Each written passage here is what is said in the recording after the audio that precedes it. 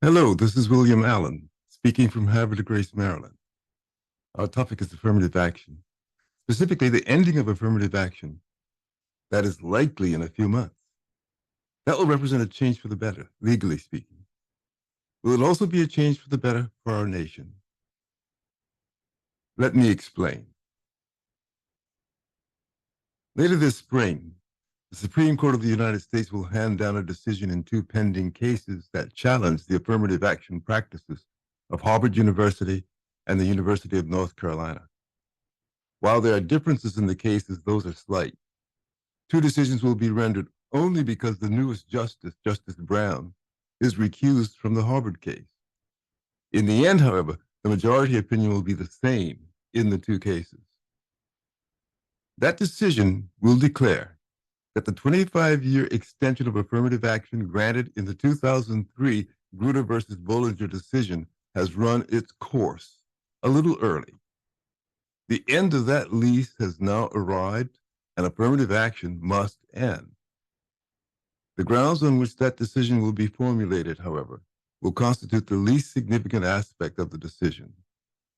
In the contemporary climate, the truly significant aspect of this decision will be the reactions that it will engender. And of those, two are potentially dramatic. In the first place, we should expect delegitimizing protests, both within the streets from activists and in the halls of institutions by public and institutional leadership. In the case of protests, it would not surprise if they were even more strident than the protests that greeted the 2022 Dobbs decision, the decision that closed the door on Roe v. Wade. The current targeted protests in Atlanta indicate the extreme possibility that may greet the new SCOTUS decision. The protests to come will be disguised as peaceful by those who will push the delegitimizing argument with attacks on the court itself and demands for reforms in and limits upon the court. But in this case, an added dimension will emerge. For beyond the trained Antifa, and does anybody remember BAM protesters? There is a high likelihood that Black citizens, especially in urban concentrations, will be incited to take to the streets in mass protest. In that case, it is an altogether open prospect that protests extending beyond the range of the 2021 protest against police violence, perhaps even approaching the level of the post-King assassination protest, will be generated. Should that unfortunate development follow, there will be added to the dynamic of delegitimizing the court, the dynamic of destabilizing the society itself. And in that case, the second dramatic reaction may emerge as far the more serious of the two. For the one thing most certain is that in the contemporary frame of reference, the court's opinion will be almost purely academic, inasmuch as it will not touch upon the currently dominating anti-racism campaign and the demand for, quote, equity, close quotation. For any new mass protest will be fueled by that campaign.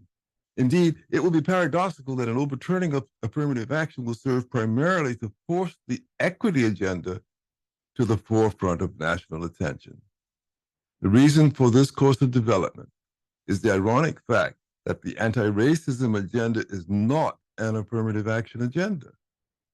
Where affirmative action relies upon and reinforces existing institutions and practices by using race and other categories to advance claims of necessary correctives for past injustices in matters of race and related discrimination. The anti-racism agenda demands dismantling existing institutions and practices.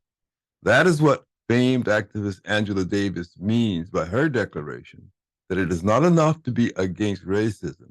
One must be anti-racist. The end of affirmative action, therefore, will result in forcing attention to the institutions and practices to be dismantled, which institutions and practices are ironically almost entirely under the control of adherents to or sympathizers with the anti-racism agenda. As a matter of practice, accordingly, the demand to dismantle such institutions would require unhorsing those who are presently most responsible for pressing the demands of the anti-racism agenda, especially its so-called equity platform. Since equity as used in the anti-racism campaign, speaks not to the traditional fairness that has always been the meaning of the term equity, but rather to direct intervention to the advantage of specified populations, hence such demands as reparations, or the practice of ESG, environmental, social, and governance criteria in the financial realm. Take Blackstone equity for an example. They require command and control in society, and not mediation or arbitration to arrive at a fair result. Thus, the ironic result to be produced would be to dislodge the agents of anti-racism from their privileged perches in order to realize the desired effects of the anti-racism agenda.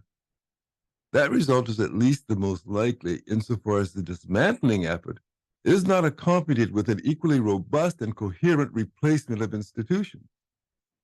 Now, there's nothing about which I can be more comfortably confident than that no attempt to replace present institutions will be successful.